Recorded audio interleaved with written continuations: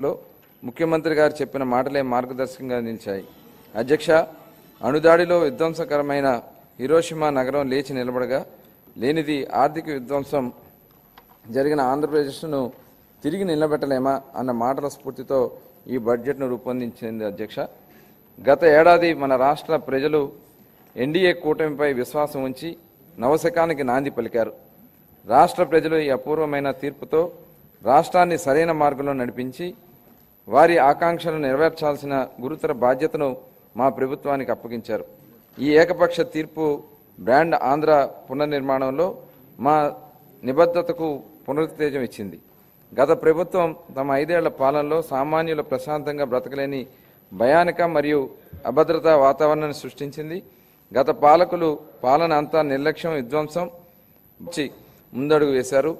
రాష్ట్ర విభజన తర్వాత అన్ని ఇబ్బందులు ఎదురైనా 2014-19 మధ్యకాలంలో మన రాష్ట్రం మునుపెన్నడూ చూడని రెండంకెల వృద్ధిని సాధించడమే కాక ప్రజల ఆకాంక్షలు నెరవేర్చింది. అయితే 2019లో వచ్చిన ప్రభుత్వం రాష్ట్ర పురోభివృద్ధికి అడ్డుకట్ట వేసింది. వారి చర్యలతో రాష్ట్ర అభివృద్ధి పురోగమన బాట నుండి తిరోగమన బాట పట్టింది. ప్రజాస్వామ్య వ్యవస్థలు దెబ్బతిన్నాయి. పరిశ్రమలను రాష్ట్రం నుంచి తరిమేశారు. యువత దిక్కుతోచని స్థితిలో వెళ్ళింది. రాష్ట్ర ఆర్థిక వ్యవస్థ కుదేలైంది. ప్రజా సంక్షేమాన్ని మర్చి కక్ష సాధింపు రాజకీయాలు, ప్రతిపక్ష నోళ్లు మూయించడం పైనే గత ప్రభుత్వం దృష్టి సారించింది. ప్రజాస్వామ్యంలో ప్రభుత్వ మార్పు అనేది ఒక సాధారణమైన విషయం. అయితే గత 5 ఏళ్ల అవినీతి అసమర్థ పాలనలో ఎదుర్కొన్న కష్ట నష్టాల తర్వాత 2024 రాష్ట్ర ప్రజలు తమ జీవితాల గురించే కాకుండా వారి పిల్లల భవిష్యత్తు కూడా ఆలోచించి ఇచ్చినది ఈ అద్భుతమైన తీర్పు.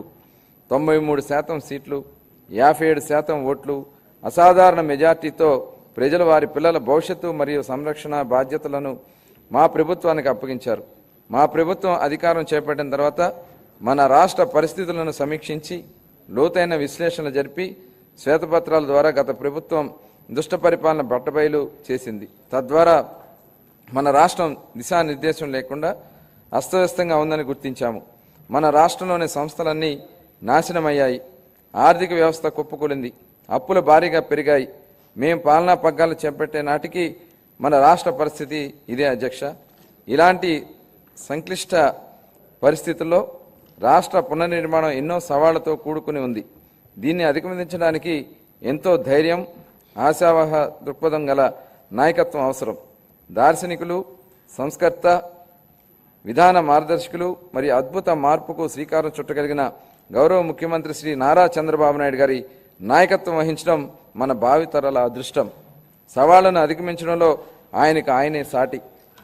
1995లో జీతాలు కూడా చెల్లించిన దయానీయమైన స్థితిలో మన రాష్ట్ర సతమవుతున్న సమయంలో గౌరవ ముఖ్యమంత్రి గారు తొలిసారి బాధ్యతలు చేపట్టారు. ప్రతి రంగంలోని అనేక సాహసోపేత నిర్ణయాలు మరియు సంస్కరణలు చేపట్టి నాటి రాష్ట్ర ఆర్థిక పరిస్థితులు చక్కదిద్దారు. మన గౌరవ ముఖ్యమంత్రి గారు నేడు 2024లో 4వసారి ముఖ్యమంత్రిగా బాధ్యతలు చేపట్టినప్పుడు కూడా ఇలాంటి పరిస్థితులు పునరావృతమైంది. గత పాలకులు జీతాలు కూడా సకాలంలో చెల్లించలేని స్థాయికి రాష్ట్ర ఆర్థిక పరిస్థితులు దిగజార్చారు. రాష్ట్రంలోని అన్ని అభివృద్ధి కార్యకలాపాలు నిలిచిపోవడంతో రాష్ట్ర ఆర్థిక వ్యవస్థ కుప్పకూలింది. ఇలాంటి పరిస్థితుల్లో బడ్జెట్ ప్రవేశపెట్టడం క్లిష్టతరమైంది. కౌటిల్యుడు అర్థశాస్త్రంలో చెప్పినట్లుగా సామాన్యుల సంతోషమే రాజు సంతోషం, వారి సంక్షేమమే ఆయన సంక్షేమం. రాజు తన వ్యక్తిగత ప్రయోజనాలు, సంక్షేమం మరియు ఎన్నడూ ఆలోచించకూడదు. ప్రజల ఆనందంలోనే తన ఆనందాన్ని పొందడానికి ఎల్లప్పుడూ ప్రయత్నించాలి. నందరాజు వంశపు దుర్మార్గపు పాలన తర్వాత సుసంపన్నమైన మరియు న్యాయమైన పరిపాలన స్థాపించడంలో చంద్రగుప్త మౌర్యుడికి కౌటిల్యుడు మార్గదర్శకం వహించినట్లే గత ప్రభుత్వం పాలనలో విధ్వంసకర విధానాల తర్వాత గౌరవనీయ ముఖ్యమంత్రి మన రాష్ట్రాన్ని పారదర్శకత, సంక్షేమం మరియు శాంతి భద్రతతో కూడిన పాలనతో ప్రగతి పదం వైపు నడిపిస్తున్నారు.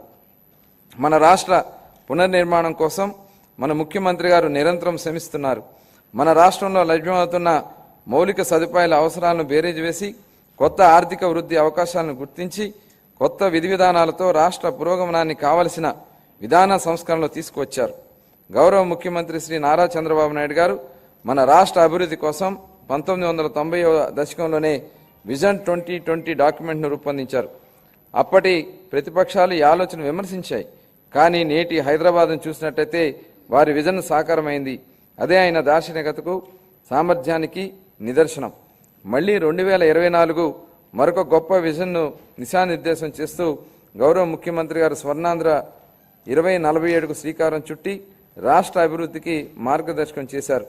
15% పైగా రాష్ట్ర స్థూల దేశీయ ఉత్పత్తి జీఎస్డిపి వృద్ధి రేటును స్థిరంగా సాధించడం, తలసరి ఆదాయాన్ని పెంచడం, పేదరికాన్ని రూపుమాపడం ద్వారా అభివృద్ధి ఫలాలను అత్యంత అణగారిన వర్గాలకు అందించడమే దీని లక్ష్యం. మా ప్రభుత్వం స్వర్ణాంధ్ర 2047 దిశగా పనులను మొదలుపెట్టింది. ఇందులో భాగంగా పాత విధానాలలో లోపాలను సరిచేస్తూ నూతన ఇసుక విధానం, ఎక్సైజ్ విధానం, ఆంధ్రప్రదేశ్ పారిశ్రామిక అభివృద్ధి విధానం